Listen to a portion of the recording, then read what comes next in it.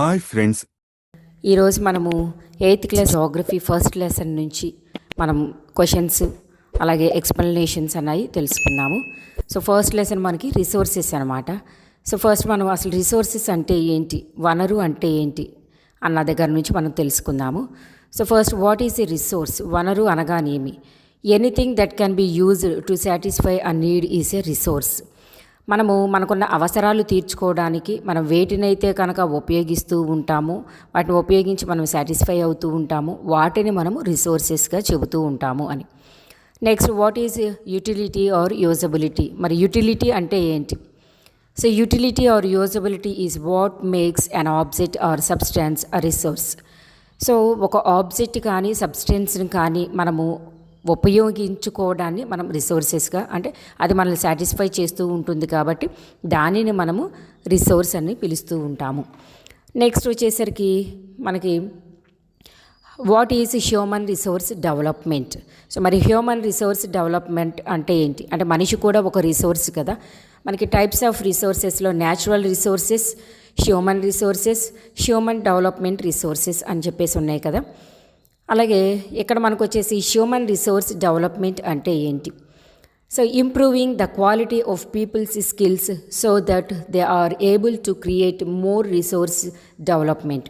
మనిషి తనకున్న స్కిల్స్ని ఉపయోగించి, నాలెడ్జ్ని ఉపయోగించి కొత్త రిసోర్సెస్ని క్రియేట్ చేయడాన్ని మనము హ్యూమన్ రిసోర్స్ డెవలప్మెంట్గా చెబుతూ ఉంటాము. And next, what is the condition for a substance to be called a resource? So ఒక సబ్స్టాన్స్ని మనము రిసోర్స్ అని చెప్పేసి, అంటే సబ్స్టాన్స్లో ఏ మార్పులు మనం తీసుకొచ్చి దాన్ని రిసోర్స్ అంటూ ఉంటాము అని. A resource needs to have some utility to be called a resource. ఏదైనా ఒక సబ్స్టాన్స్కి యూటిలిటీ అన్నది మనం కొంత క్రియేట్ చేయగలిగితే దానిని అప్పుడు మనం రిసోర్స్గా పిలుస్తూ ఉంటాము అని. And next, what do you mean by value? మరి విలువ అంటే ఏంటి? So value means worth. Some resources have economic value and some resources do not. So అంటే కొన్ని రిసోర్సెస్కి ఎకనామిక్ వాల్యూ ఉంటుంది అని. ఫర్ ఎగ్జాంపుల్ గోల్డ్, సిల్వర్, వీటికి మనకి అప్పుడప్పుడు మనకి వాటిల్లో ఆ ప్రైస్ అన్నది హెచ్చు తగ్గులు ఉంటూ ఉంటుంది. అలాగే ఏదైనా కూడా దానికి ఎకనామిక్ వాల్యూ ఉంది కాబట్టి దానిని మనం వాల్యూగా చెబుతూ ఉంటాము అని. And next, what is meant by biotic and abiotic resources? Biotic అంటే ఏంటి, అబయోటిక్ రిసోర్సెస్ అంటే ఏంటి? సో బయోటిక్ అంటే biotic resources are living things. So biotic resources అంటే అక్కడ ప్రాణం ఉన్న వాటినన్నిటినీ కూడా మనము బయోటిక్ రిసోర్సెస్లు చెబుతూ ఉంటాము అని. For example plants, animals, human beings, ఇవన్నీ కూడా మనకి బయోటిక్లోకి వస్తూ ఉంటాయి, ఎందుకంటే వీటన్నిటికీ కూడా ప్రాణం ఉంది కాబట్టి. మరి అబయోటిక్ రిసోర్సెస్ అంటే it is related to non living things, అంటే ప్రాణం లేనివి అని. For example soils, rocks, air, water, వీటన్నిటిని కూడా మనము అబయోటిక్ రిసోర్సెస్గా చెబుతూ ఉంటాము అని. So next, what are renewable and non renewable resources? అంటే రెనవబుల్ అంటే పునరావృతం అవేవి, అలాగే నాన్ రెనవబుల్ అంటే పునరావృతం అవ్వడానికి చాలా టైం పడుతుంది, లేదు అంటే కనుక పునరావృతం కాని రిసోర్సెస్ అనమాట. సో ఫస్ట్ మనము రెనవబుల్ రిసోర్సెస్ గురించి తెలుసుకుందాము. The resources which get renewed or replenished quickly. So మనం వాడుతున్న కొద్దీ షార్ట్ పీరియడ్లోనే అవి మళ్ళీ మనకి పునరావృతం అవుతూ ఉంటాయి అని. Some of them are unlimited and are not affected by human activities. మరి ఇలాంటి రిసోర్సెస్లో కొన్ని అన్లిమిటెడ్గా ఉంటూ ఉంటాయి, కొన్ని అని లేదు, దాదాపుగా చాలా వరకు మనకి అన్లిమిటెడ్గా ఉంటూ ఉంటాయి ఏవైతే రెనవబుల్ రిసోర్స్. అయితే వీటిని మాత్రానికి మన హ్యూమన్ యాక్టివిటీస్ ఏవైనా కూడా ప్రభావితం చేయవు అని. For example solar energy, wind energy, ఇవి. మరి నాన్ రెనవబుల్ రిసోర్సెస్ అంటే the resources which have a limited stock. Renewable resources ఏమో మనకి అన్లిమిటెడ్ స్టాక్లో ఉంటాయి అనుకున్నాం.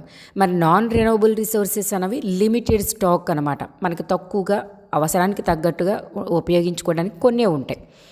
Once the stock is exhausted, it may take thousands of years to be renewed.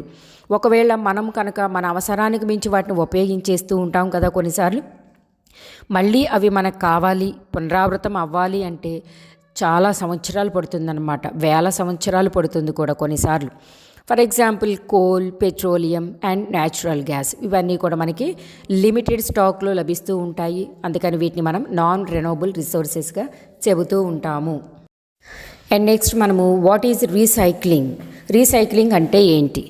Recycling is a process by which wastes of natural and manufactured substances or goods are broke down and reconstituted into useful material.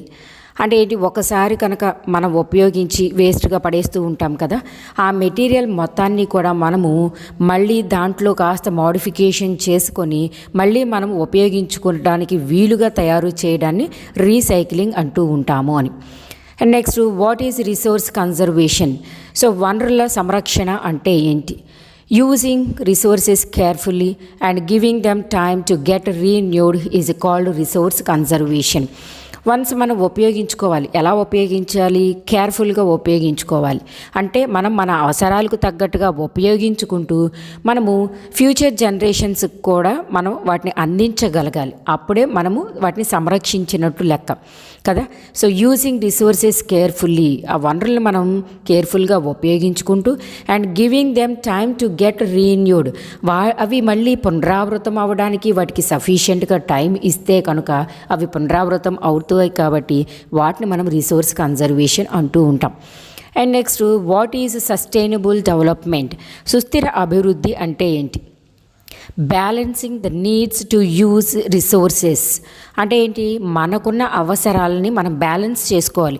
అటు resources ఎన్ని ఉన్నాయి, ఇటు మన అవసరాలు ఎన్ని ఉన్నాయి, మన అవసరాలకు తగ్గట్టుగా వాటిని ఎలా మెయింటైన్ చేసుకోవాలి, ఎలా ఉపయోగించుకోవాలి అంటే బ్యాలెన్స్ చేసుకోవాలన్నమాట. And also conserve them for the future is called sustainable development.